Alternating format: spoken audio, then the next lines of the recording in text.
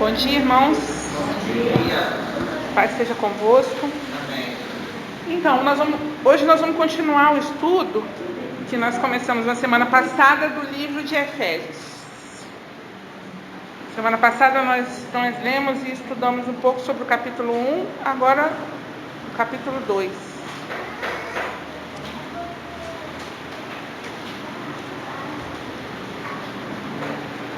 Só para relembrar, né? Essa é uma carta de Paulo escrita à igreja de Éfeso, né? Que era uma igreja, uma das igrejas que foi fundada por ele, fora de Jerusalém, né? Não eram o grupo da igreja de Éfeso, não eram judeus, né? Não eram originalmente judeus. Paulo ele é conhecido, né, como apóstolo dos gentios. Então ele escrevia essas cartas para pessoas que não eram da religião judaica, né? Pessoas que eram de outras religiões. Aqui no caso da igreja de Éfeso, nós vimos que na cidade de Éfeso existia um templo muito grande para uma deusa pagã, né, a deusa Diana. Então muitas daquelas pessoas eram da religião pagã que foram convertidas ao cristianismo. E aí, agora nesse segundo capítulo, Paulo vai falar bastante sobre como aquilo que era, aquele Deus que era de um pequeno grupo, né, que era o grupo, os descendentes de Abraão, lá no comecinho, né, os descendentes de Abraão e depois dos grandes patriarcas, né, Abraão, Isaac, Jacó, né, que era um grupo pequeno, os hebreus, como aquele Deus que era daquele grupo agora passa a ser o Deus de toda a terra, né? Como ele através daquelas pessoas que foi um grupo escolhido, um povo escolhido por Deus, essa bênção vai ser estendida a outras pessoas, a outros povos, até chegar a nós, né? Que a palavra fala que o evangelho tem que ser espalhado até os confins da terra, né? Os confins da terra somos nós, né? Considerando, né, que o Oriente Médio, onde talvez o povo é lá do outro lado do mundo, né? Nós somos os confins da terra. Então Paulo aqui ele vai falar para os pagãos e vai dizer aos pagãos que eles vão receber essa bênção também, além dos judeus, né? Então vamos começar a ler um pouquinho, né? Efésios capítulo 2, versículo 1. E vos vivificou, estando vós mortos em ofensas e pecados, em que noutro tempo andastes, segundo o curso deste mundo, segundo o príncipe das potestades do ar, do espírito que agora opera nos filhos da desobediência, entre os quais todos nós também antes andávamos, nos desejos da nossa carne, fazendo a vontade da carne e dos pensamentos, e éramos por natureza filhos da ira, como os outros também. Mas Deus, que é riquíssimo em misericórdia, pelo seu muito amor com que nos amou, estando nós ainda mortos em nossas ofensas, nos vivificou juntamente com Cristo. Pela graça sois salvos. E nos ressuscitou juntamente com Ele, e nos fez assentar nos lugares celestiais com Cristo Jesus, para mostrar nos séculos vindouros as abundantes riquezas da sua graça, pela sua benignidade para conosco em Cristo Jesus, porque pela graça sois salvos por meio da fé. Isso não vem de vós, é dom de Deus, não vem das obras, para que ninguém se glorie. Porque somos feitura sua, criados em Cristo Jesus para as boas obras, as quais Deus preparou para que andássemos nelas, né? Então aqui, vocês se lembram que a nossa pregação do domingo passado, né? O Wellington leu esse trecho e até falou, ainda bem que você parou no capítulo 2, porque eu já tinha preparado a pregação nós nem havíamos combinado, né, que eu ia fazer o estudo de Efésios, mas ele fez a pregação dele da semana passada nesse trecho. E esse trecho, ele vai falar de uma maneira geral, né, que todos nós, no que ele se inclui também, né, Paulo ele sempre se inclui, ele sempre diz, dos pecadores do qual eu sou o pior, né, porque ele compreende, né, de onde ele veio, o que ele fazia antes, o comportamento que ele tinha antes, né, se lembrando daquilo que ele era um perseguidor dos cristãos, né, e depois ele passa a ser um cristão. Então aqui ele vai falar da vida anterior de todos nós, né, que antes nós servíamos. O Wellington fez essa discussão, né?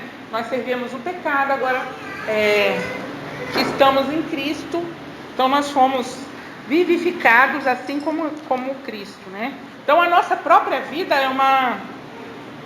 sempre a Bíblia sempre vai fazer comparações, sempre vai fazer analogias. A nossa própria vida é como a vida de Cristo, né? Ele morreu e foi ressuscitado. Assim como nós devemos morrer para a vida que nós tínhamos antes, para ter uma nova vida. Por isso a Bíblia sempre vai dizer que nós fomos ressuscitados juntos com Ele. A Bíblia também vai dizer que Jesus morreu a nossa morte para que nós passemos a viver a vida dele. Então a conversão significa essa morte para um tipo de vida, para que você ressurja para uma nova vida. É isso que ele vai remarcar aqui, né? Porque no outro tempo nós andávamos segundo o curso do mundo, segundo a nossa própria carne, como nós discutimos antes, né? Mas agora nós vamos ser ressuscitados juntamente com Ele, Cristo, né? Para nos assentarmos nos lugares celestiais em Cristo Jesus, né? E ele ainda acrescenta, para mostrar nos séculos vindouros as abundantes riquezas da sua graça, pela sua benignidade para conosco em Cristo Jesus. Então ele já antevinha que no tempo futuro, né, que é o nosso tempo agora, outras pessoas receberiam também essa dádiva, né, essa graça, as riquezas da graça.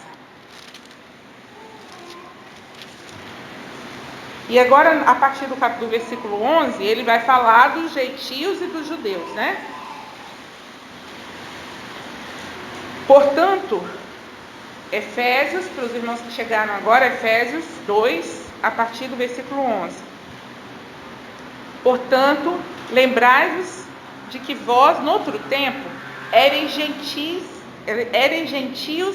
na carne, e chamados incircuncisão pelos que na carne se chamavam circuncisão, feita pela mão dos homens. E naquele tempo, deixa eu só explicar aqui, irmãos, vocês se lembram que Deus fez um pacto com aquele povo, né? E eles deveriam circuncidar todos os bebês, os homens, né? Acho que a partir do 7º dia, né, de nascimento da criança, as crianças eram circuncidadas. Então aquilo era uma marca para eles, né? Todos os meninos judeus, né, as crianças, meninos, eram circuncidadas. E se uma pessoa se tornasse judeu, inclusive, né, se fosse convertido, mesmo se fosse adulto, ele tinha que fazer circuncisão também, né? E isso era uma marca. Houve até uma discussão dentro da igreja, né, que a gente vai ver lá na frente, né? Se as pessoas que estavam sendo convertidas ao cristianismo, se elas também deveriam ser circuncidadas, né? Se os homens deveriam ser circuncidados. Então há uma discussão dentro da própria igreja, né? E aí a gente vai ver a posição de Paulo, de Pedro, e eles vão entrar num acordo de que aquilo não é necessário, aquilo era necessário aos judeus, né? Nós hoje entendemos que todas as regras da aliança antiga, né, como o próprio Jesus disse, ele não veio subverter a lei, mas ele veio cumprir a lei. Então aquela regra, é cumprida, encerrada no sentido de que agora passa a ter uma nova aliança com Cristo, a partir da vinda de Cristo, que é o Cordeiro de Deus que tira o pecado do mundo. Então não é mais necessário, não são mais necessários os sacrifícios dos animais, né? Porque ele vem fazer o seu sacrifício. E a circuncisão também era um sacrifício, né, de sangue, digamos assim, né?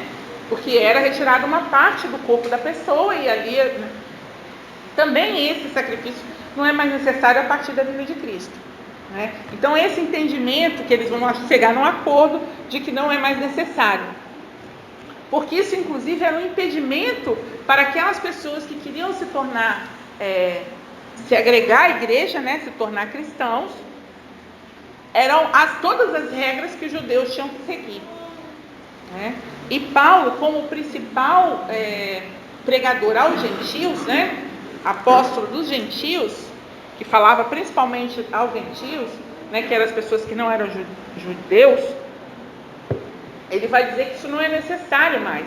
Então ele vai fazer uma comparação entre a circuncisão da carne, a circuncisão real, e a circuncisão do espírito, né? Agora nós somos circuncidados no espírito. Aí por isso ele vai dizer que não é uma circuncisão feita pelas mãos dos homens, mas é como se fosse um selo feito por Deus, né? Uma circuncisão feita por Deus, no sentido de que nós vamos agora ter uma nova vida, deixar a vida antiga para trás, né? A partir do versículo 12: naquele tempo estáveis sem Cristo, separados da comunidade de Israel e estranhos aos concertos da promessa, não tendo esperança e sem Deus no mundo. Mas agora em Cristo Jesus, vós que antes estáveis longe, já pelo sangue de Cristo chegastes perto, porque Ele é a nossa paz, o qual de ambos os povos fez um. Então, a vinda de Cristo une todos os povos e agora todos nós passamos a ser a Israel de Deus, né? Antes, o povo de Israel, lembrem que Jacó, ele muda de nome, né? Ele passa a se chamar Israel, o anjo dá a ele um novo nome, e aí da descendência dele, dos filhos e netos dele, né, vão vir as tribos, e aquele é o povo de Israel. E esse povo de Israel, deixa eu só beber um pouquinho de água aqui, irmão.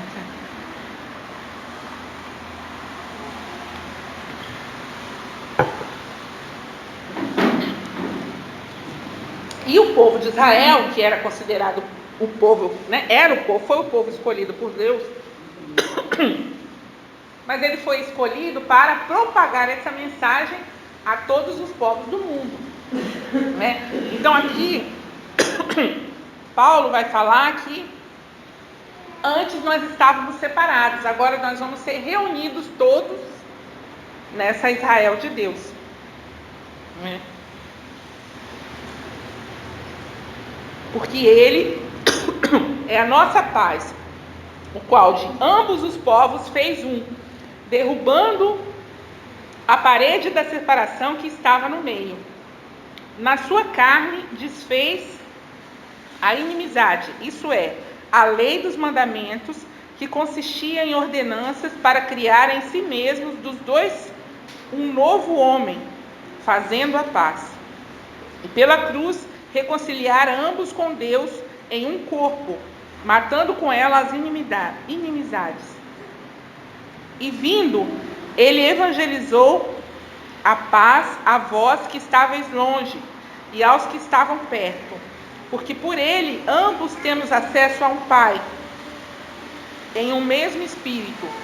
Assim que já não sois estrangeiros, nem forasteiros, mas concidadãos dos santos e da família de Deus, edificados sobre o fundamento dos apóstolos e dos profetas, de que Jesus Cristo é a principal pedra da esquina, no qual todo edifício bem ajustado cresce para o templo santo no Senhor, no qual também vós juntamente sois edificados para a morada de Deus no Espírito. Então, nós agora nos unimos a esse povo, que foi o povo escolhido, né? O povo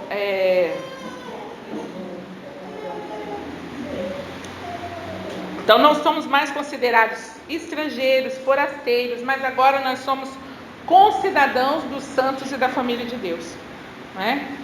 Porque Deus escolhe aquele povo, mas não para permanecer só ali cuidando deles, né?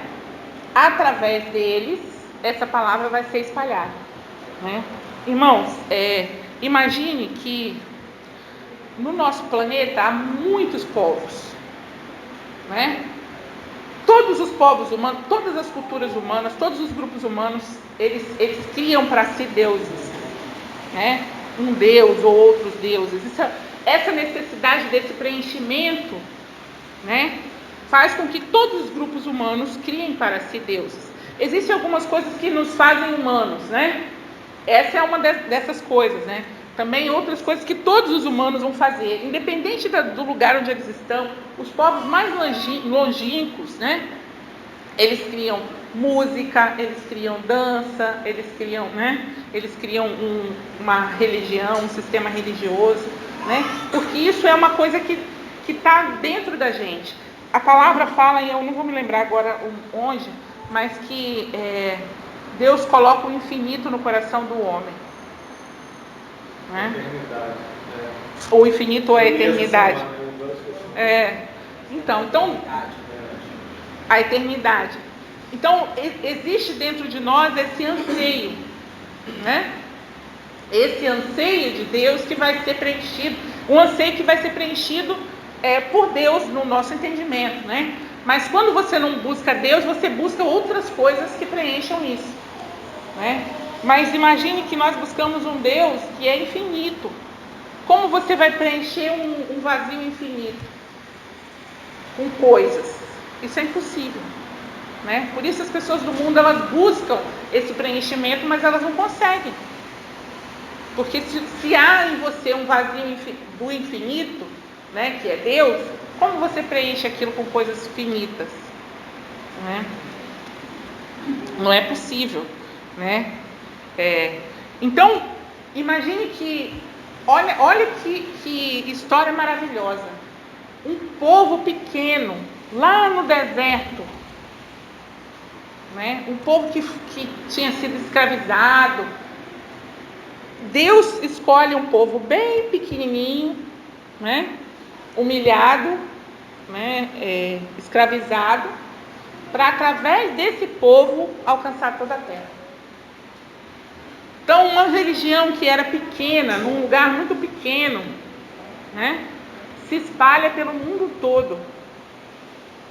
E essa mensagem chega a todos os lugares do mundo. Eu hoje acho que eu não sei dizer precisamente, mas eu imagino que a Bíblia hoje seja traduzida em todas as línguas do planeta, né? Se isso não é a mão de Deus, irmãos, que pega um povo lá no meio do deserto, né? E essa mensagem se espalha pelo mundo inteiro, porque isso, se a gente for explicar isso humanamente, né, pelos caminhos humanos, isso é impossível, né? Eu vejo aí a mão de Deus em como essa mensagem foi multiplicada e espalhada e chegou a nós 2000 anos depois, né? Mas se espalhou por todo o mundo mais de 2000 anos depois, né? Então, nós agora, outro dia eu falei sobre, às vezes as pessoas ficam querendo reproduzir uma Israel. A Israel de Deus, irmão, é toda a igreja, é toda a comunidade dos salvos, né? É como se ela fosse ampliada agora, como nas palavras de Paulo, nós somos unidos, o muro foi derrubado. Então há um único povo de Deus, que é a comunidade dos salvos, em todo o planeta Terra, não é? De toda língua, povo e raça, como a palavra fala. Que essa palavra seria espalhada, né? Esse evangelho a todos os povos, línguas e raças. que é a situação que nós temos hoje, né? Nós vemos hoje o mundo, nós sabemos que a igreja hoje, a igreja em vários continentes, né? Uma igreja muito forte, a igreja de Deus, não a igreja, o templo, né? No nosso entendimento de que a igreja somos nós, né? Nós temos que nos lembrar que a palavra nos ensina que Deus não habita em templos criados por mãos humanas. Às vezes é um entendimento errado dizer que a igreja é a casa de Deus. A casa de Deus somos nós, irmão. Isso é muito além, porque aí senão você cuida só quando você está na igreja. Lembre-se que a casa de Deus é você. Você é a casa de Deus. Então nós temos que cuidar do nosso corpo para que ele seja templo de Deus. Templo de Deus, morada do Espírito Santo, né? Enquanto Jesus não está aqui, deixou o Espírito Santo conosco, e o Espírito Santo mora em nós. Isso traz uma responsabilidade muito grande para nós, né? Que nós somos a morada de Deus. Nós precisamos cuidar de nós, do nosso corpo, como morada de Deus. Então vamos continuar, né? E aí Paulo no capítulo 3 continua falando sobre isso, como ele vai vir trazer essa palavra para juntar esses povos. Capítulo 3. Por esta causa, eu, Paulo, sou prisioneiro de Jesus Cristo, por vós, os gentios. Se é que tendes ouvido a dispensação da graça de Deus, que para convosco me foi dada. Como me foi este ministério manifestado pela revelação, como acima em pouco vos escrevi. Pelo que quando ledes, podeis perceber a minha compreensão do mistério de Cristo, o qual, noutros séculos, não foi manifestado aos filhos dos homens, como agora tem sido revelado pelo Espírito aos seus santos apóstolos e profetas, a saber que os gentios são co-herdeiros de um mesmo corpo e participantes da promessa em Cristo pelo Evangelho, do qual foi feito o ministério pelo dom da graça de Deus, que me foi dado segundo a operação do seu poder. Então aqui ele vai dizer que foi revelado, através da vinda de Cristo, um mistério que era desconhecido antes. Nós vamos ver no Velho Testamento que em várias ocasiões eles vão dizer que o povo escolhido é o povo de Israel. Mas através de Cristo, esse povo escolhido passa a ser todos os povos da terra, Isso foi revelado através dele, Os gentios são os co-herdeiros de um mesmo corpo, participantes da promessa em Cristo pelo Evangelho. E ele, Paulo, é ministro dessa causa, de espalhar a promessa de Cristo aos gentios. Vamos continuar. Versículo 8. A mim, o mínimo de todos os santos, me foi dada essa graça de anunciar entre os gentios, por meio do Evangelho, as riquezas incompreensíveis de Cristo, e demonstrar a todos qual seja a dispensação do mistério, que desde os séculos esteve oculto em Deus, que tudo criou, para que agora, pela igreja, a multiforme sabedoria de Deus seja conhecida dos principados e potestades nos céus, segundo o eterno propósito que fez em Cristo Jesus nosso Senhor, no qual temos ousadia e acesso com confiança pela nossa fé nele. Portanto, vos peço que não desfaleçais nas suas tribulações por vós, que são a vossa glória. Então Paulo vai dizer que ele, que é o menor de todos os santos, Lembra que eu falei que Paulo sempre ele vai se colocar numa posição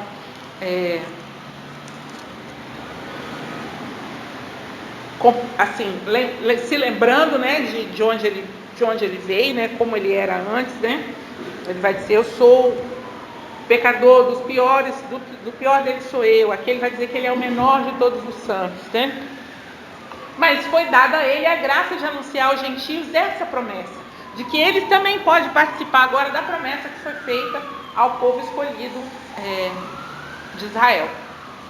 né? Então nós somos o povo de Israel, da Israel de Deus agora.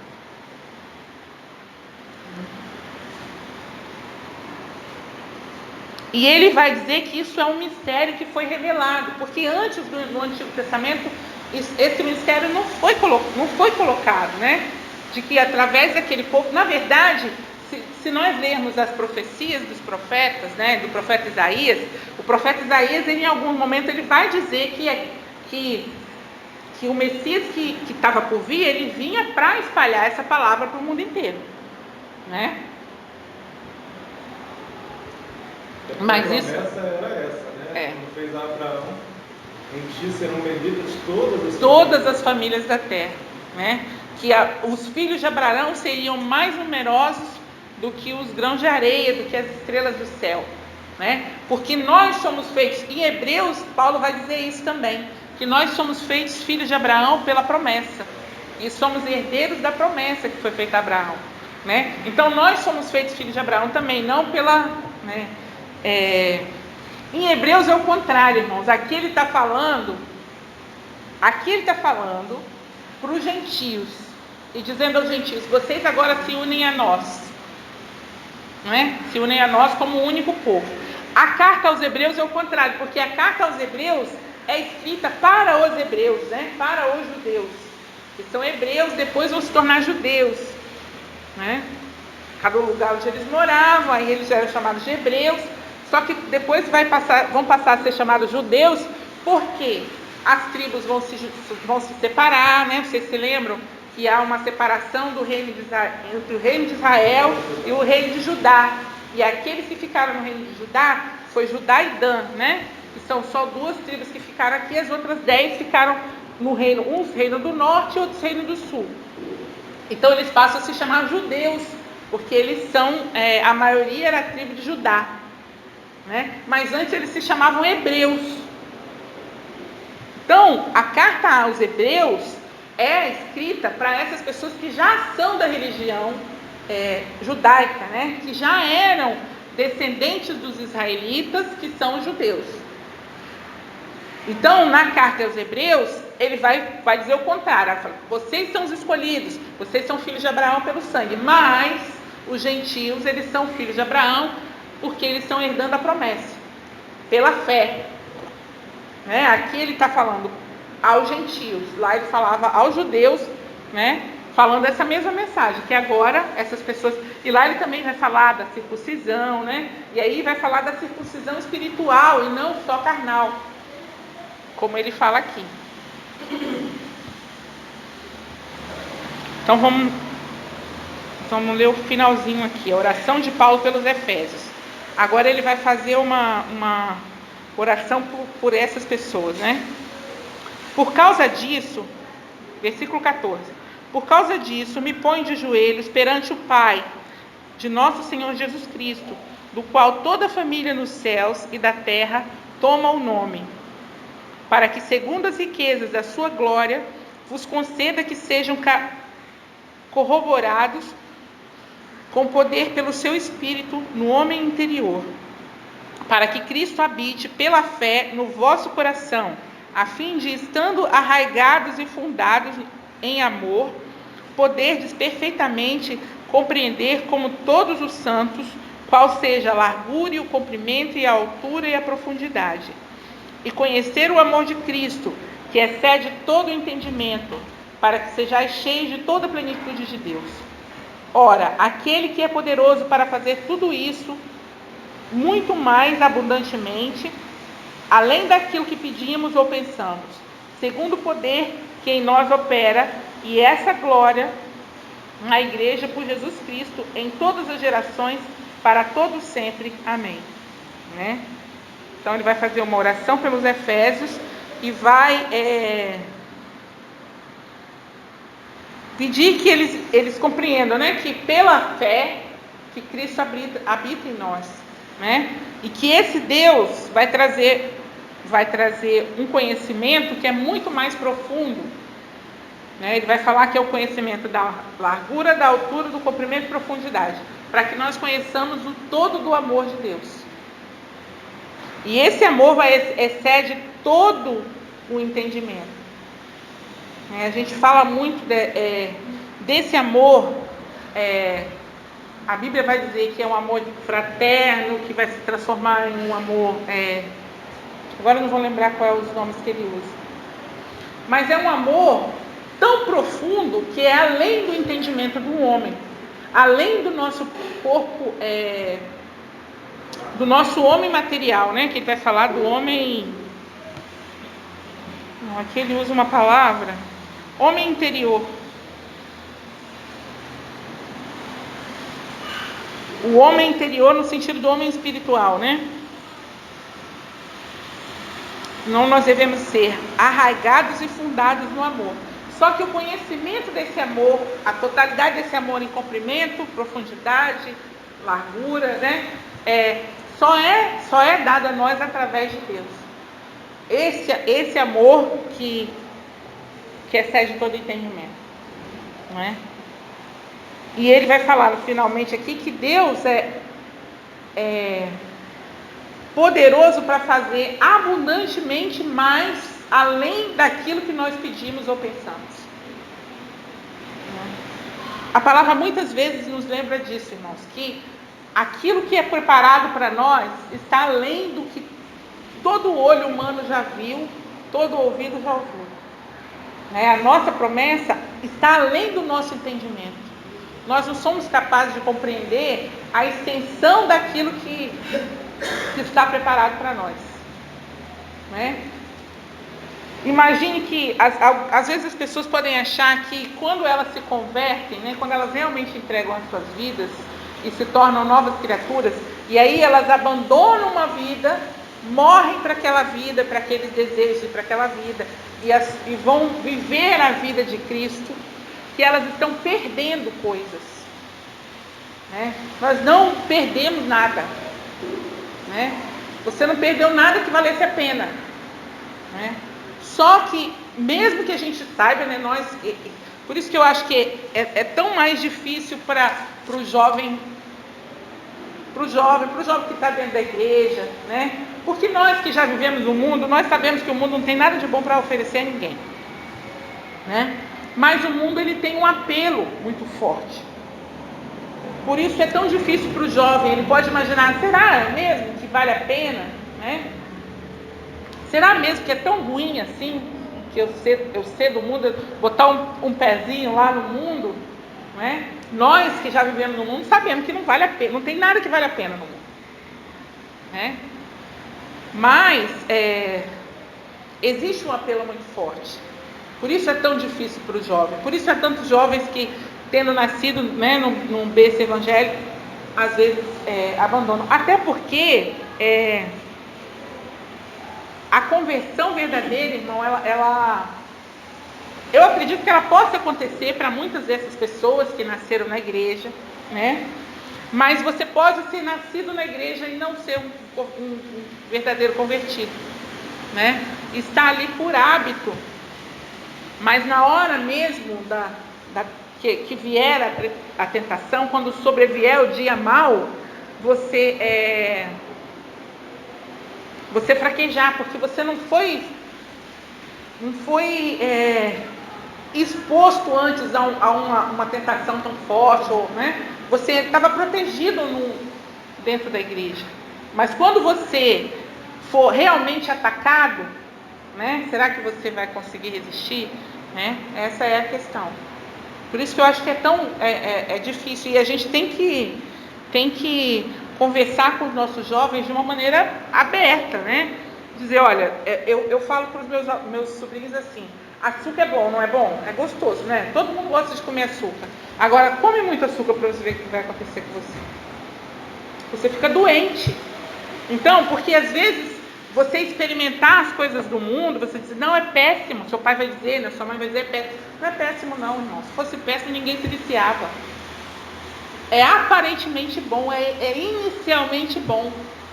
Depois é que fica ruim.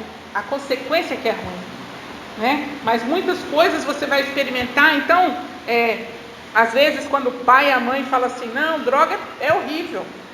E aí o adolescente experimenta com os amigos. E ele vê que não é horrível.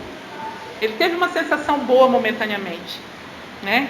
Então a gente tem que ser realista e dizer, olha, você vai ter uma sensação boa momentaneamente, mas o preço que você vai pagar por essa sensação boa que você teve momentaneamente, você vai se arrepender.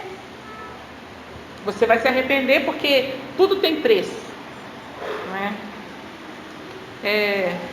Não existe lanche grátis.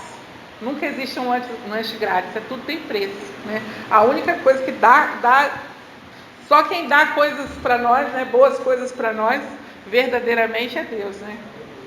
O resto tudo tem. Você disse que nós somos, né, da nova Israel. E o povo judeu? Ele já está salvo por ser judeu? Não. Por que não? Então, a palavra nos ensina que eles terão uma chance. Eles terão uma chance, né? Terão uma chance de acordar e perceber o que aconteceu. Mas nós devemos nos lembrar que os judeus, eles ainda esperam o Messias. Eles não aceitam Jesus Cristo como Messias, Filho de Deus, que foi o enviado de Deus. Até porque eles esperavam um outro tipo de Messias. Eles esperavam um Messias que ia vir a guerrear por eles e ia libertar eles do jugo dos romanos, que era aí a época de Jesus, né? Mas Jesus veio humilde e pacífico. Naquele momento ele veio humilde e pacífico, né? Ele vai voltar com poder e grande glória. A palavra nos ensina isso, né? Que Jesus vai voltar com poder e grande glória. E com o sopro da sua boca ele vai destruir o inimigo e seu exército. Imagina o poder com o qual ele virá. Mas ele veio inicialmente humilde. Mas os judeus, né, ele veio para os seus e os seus não o receberam. Então essas pessoas, elas não... O que é necessário? Quem é o caminho, a verdade e a vida? Jesus Cristo. Então nós precisamos aceitar Jesus como nosso único e suficiente Salvador. Essa é a chave. Então, as pessoas que não aceitam Jesus Cristo como Filho de Deus, como seu único e suficiente Salvador, essas pessoas não são herdeiros da promessa ainda. Não existe essa herança biológica da promessa, né? Nós temos que aceitar Jesus Cristo como Filho de Deus, nosso único e suficiente Salvador. Eu fiz essa pergunta massa porque e está muito forte. Eu não sabia, essa semana eu conversando com alguns amigos, eu vi que está muito forte essa nova tendência, né? De que o cristão ele tem que se converter ao judaísmo, né? Porque os judeus é o povo escolhido, o judeu é isso, o judeu é aquilo, né? E eu falo, mas se você for olhar a primeira pregação de Pedro, quem se converteu? Quem foram as 2.000 almas lá? 2.000 almas que se converteram? Os judeus. O povo que estava no dia de Pentecostes, na verdade era uma festa judaica. Então foi pregado aos judeus, dizendo que vocês mataram a Cristo. Ele veio para nos salvar e vocês mataram ele, então vocês são culpados do sangue dele. E aqueles homens se convertem. Né? Não tem? Porque há hoje, por exemplo, eu tenho um pastor conhecido nosso, que ele saiu do nosso ministério, e ele fez uma igreja, né, para ele lá, hoje ele está em Minas. E eu estava ouvindo uma pregação dele essa semana, eu vi que desvirtuou demais. Tem candelabro, tem um monte de coisas que eram para ter no tempo, tem lá na igreja dele, e as pregações trazendo o povo a se inclinar para o povo judaico, né, para o povo judeu. E não é isso, né? O Senhor diz que em Cristo seria formada a sua igreja. O que é a palavra igreja? A pedra de fundação. A pedra de esquina, a fundação é Cristo. É Cristo. O povo era salvo antes de Cristo pela fé em Deus, através da salvação que viria de Deus, né? Abraão foi justificado o quê? Pela fé. Não pelas obras que ele fez, mas pela fé. As suas obras mostraram a fé que ele tinha em Deus, em ser obediente e buscar em Deus a tua salvação. Mas o plano inicial sempre foi esse, que através de Abraão seriam benditas todas as famílias da terra. Por quê? Quem é da descendência de Abraão? Cristo. Quando o Senhor faz a promessa para Abraão, já existia o plano da salvação, que era Cristo. A promessa que foi feita a Davi. A promessa que foi feita né? a Davi. Deus vai dizer a Davi, o seu filho, né? A sua geração vai reinar para sempre. Né? Que é Jesus Cristo. Raabe, por exemplo, eu gosto de dizer porque às vezes a gente acha que o Antigo Testamento era judeu, era o povo escolhido, mas a gente lembra, Raabe não era judia. Raabe não era povo escolhido. Mas a palavra diz que ela foi justificada pela fé que ela teve em Deus. Ela não teve fé no judeu. Ela não teve fé na crença judaica, ela teve fé em Deus. E isso foi imputado por justiça para ela também, e ela fez parte da linhagem que trouxe a descendência de Cristo. Né? Para mostrar que aquele que é de Cristo é como se fosse enxertado na videira, que é a palavra disso. Nós somos enxertados em Cristo. É nisso, na nova Israel, que é a Israel de Deus. Né? Que foi o plano inicial de Deus, não era de ter inimigos. Por exemplo, o povo maior inimigo dos judeus, que são os filisteus, vieram da descendência do filho bastardo de Abraão, que era Ismael. Por quê? Não era a vontade de Deus, mas pela desobediência de Abraão acontece isso. Então nós vamos ver muitas coisas acontecendo na palavra do Senhor, mostrando que o desejo do Senhor era salvar. O povo de Nínive é um exemplo. Não eram judeus. Mas por que o Senhor envia Jonas para lá para pregar o Evangelho? Porque o desejo do Senhor é salvar. Era que as pessoas se arrependessem dos seus maus caminhos e servissem ao único só Deus. Cristo veio para mostrar que, como ser humano, é possível sim nós amarmos a Deus e obedecermos, porque Ele foi tentado em tudo como nós, a palavra diz. Então é possível não nos voltarmos às coisas de outros mundos, né? de outro mundo, né? As coisas desse mundo, e viver diante da palavra do Senhor. Hoje eu vi uma palavra que é brilhante, que não é o fato de eu muito, tudo que eu faço para viver uma vida de santidade não me traz a salvação. Não traz a salvação por Cristo. Mas tudo que eu faço demonstra, a maneira como que eu vivo demonstra se verdadeiramente eu amo a Deus e entendo o sacrifício de Cristo, o meu desejo de fazer parte do corpo de Cristo. Então as minhas atitudes vão demonstrar se verdadeiramente eu me converti a Cristo, como a Márcia falou, é muito fácil você estar dentro da igreja, está tudo certo, mas e no dia que vier a tribulação? No dia que vier a dificuldade, tudo isso. Será que eu vou mostrar que eu sou convertido verdadeiramente a Cristo ou não? Isso vai demonstrar minhas atitudes naquele momento. Vão dizer se eu sou de Cristo ou não. E é o que Paulo está dizendo, que nós somos, pela fé nós estamos em Cristo. E se permanecermos na fé, aí então estaremos com Ele eternamente. Você estava falando, eu estava me lembrando de algumas pessoas, né, que tiveram um encontro com o próprio Jesus e que não eram judeus. Se lembre do centurião, que Jesus vai dizer a ele assim, ele diz, né, você não precisa ir na minha casa, né, eu tenho lá um empregado que está muito doente. Jesus diz, eu vou lá. Então, não, o senhor não precisa ir na minha casa, porque eu sei que, né, como eu tenho sobre o meu comando várias pessoas, se o senhor der uma ordem aqui, isso vai acontecer. E aí Jesus vai dizer, a sua fé está excedendo a fé dos judeus, né? E ele também vai falar com a mulher samaritana que vai pedir, a samaritana que dá água a Jesus no poço. A mulher, né? Da pérola às portas. Aquela dos cachorrinhos, né? Que ele vai dizer, Senhor, a minha filha está doente, né? Aí ele diz, mas eu não vim aqui para salvar vocês, né? Eu vim aqui pelos... Mas até eu não posso tirar da boca dos filhos para dar aos cachorrinhos, né? Diz, mas até os cachorrinhos comem daquilo que cai da mesa, né? E aí Jesus vai dizer, a sua fé, né? Pela sua fé eu vou fazer isso. Nesse quadro dos judeus, Israel, gentios e tudo, de fazer parte, a essência chama-se fé. A essência se chama fé, no invisível e no visível.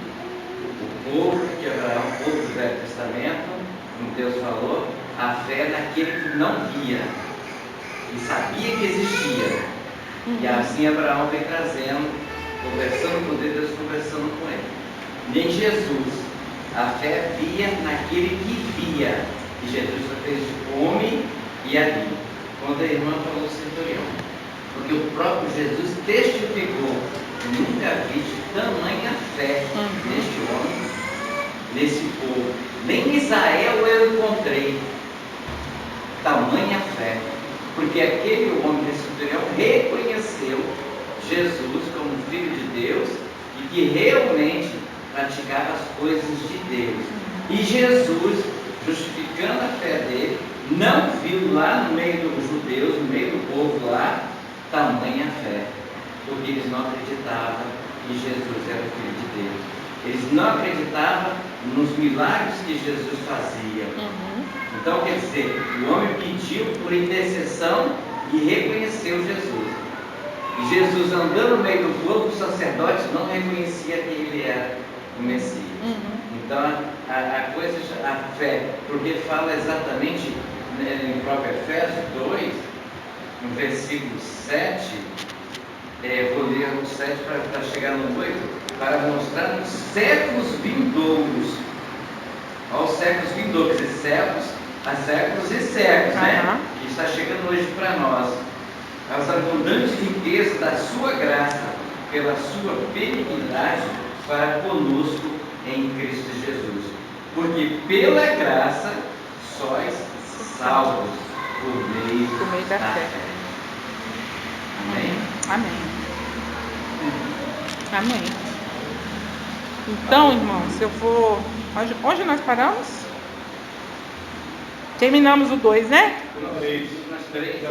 Terminamos o 3, né? Lá, que ele foi falar, salvo pela graça, né? Pela graça, então... Dá mais Não, dá mais não, vou para frente mais não, vou parar aqui. Só recapitulando então. Bom, então, qual é o ensinamento principal que essa carta vai trazer a nós, né, no nosso tempo? Que a gente tome cuidado para essas coisas, né, como o Elton está vendo. Ser Israel de Deus não é ser povo de Israel, ser israelita. Até porque, vocês se lembrem, irmãos, que Israel como país nem existia. Israel passou a existir, né, há pouco tempo, né? Acho que há uns 70 anos, há pouco tempo fez. 48. Foi no ano de 48?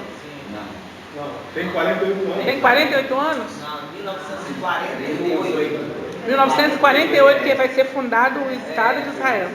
Então essas pessoas, muitas daquelas pessoas que estavam ali, elas estavam dispersas pelo mundo.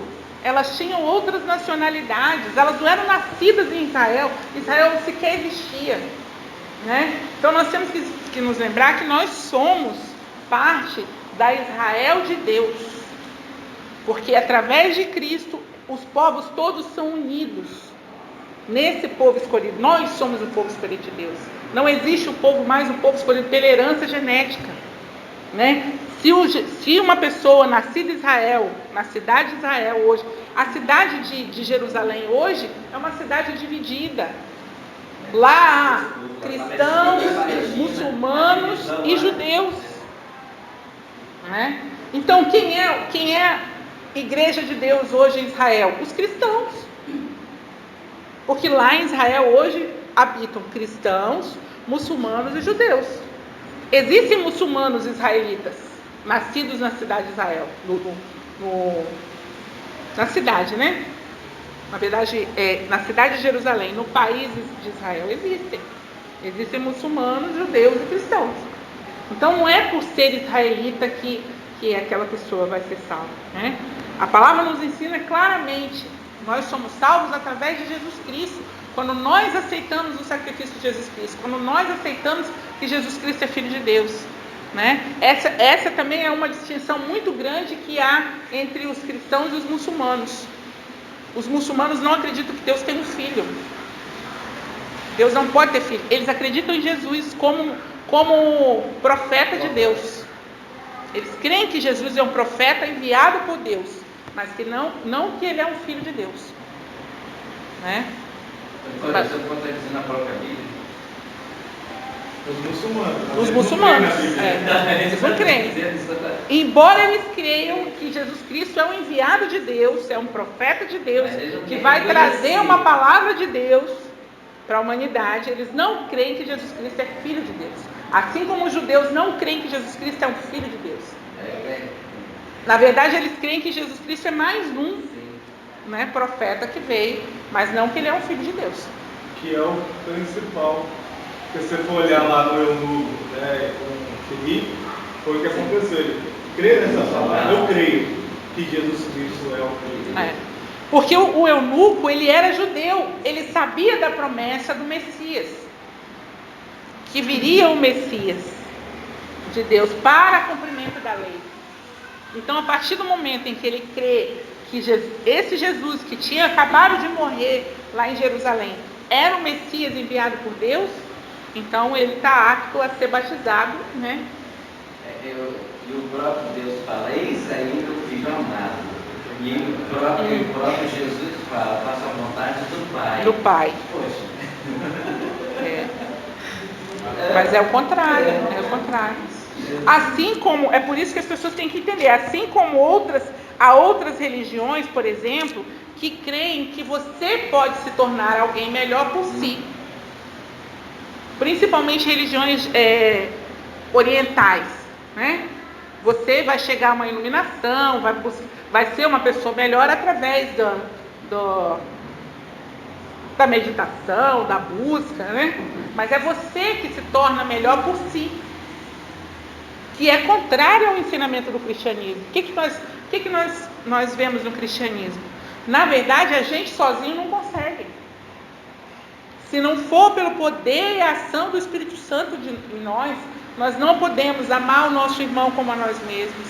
Nós não podemos resistir à concupiscência da carne. Né? É um ensinamento contrário. Porque no cristianismo vai dizer, você sozinho não pode. É você que precisa aceitar que você sozinho não pode. É por isso que a palavra vai dizer que é aquele que é humilde de coração. Aquele que diz, eu não posso. Sozinho eu não consigo. Né? Enquanto outras religiões vão dizer, você que vai se esforçar e através do seu esforço pessoal você vai se melhorar. Né? Então são ensinamentos contrários. É por isso que às vezes sempre vai vir aquela conversa de todos os caminhos levam a Deus, mas são propostas contrárias. Contrários ao ensinamento principal, que Jesus Cristo é o Filho de Deus. Contrário ao ensinamento de que nós sozinhos não somos capazes. Né? Nós não podemos nos salvar sozinhos. Não tornar pessoas melhores sozinhos. É claro que nós fazemos um esforço grande para se tornar uma pessoa melhor. Mas nós aprendemos que Deus nos ajuda.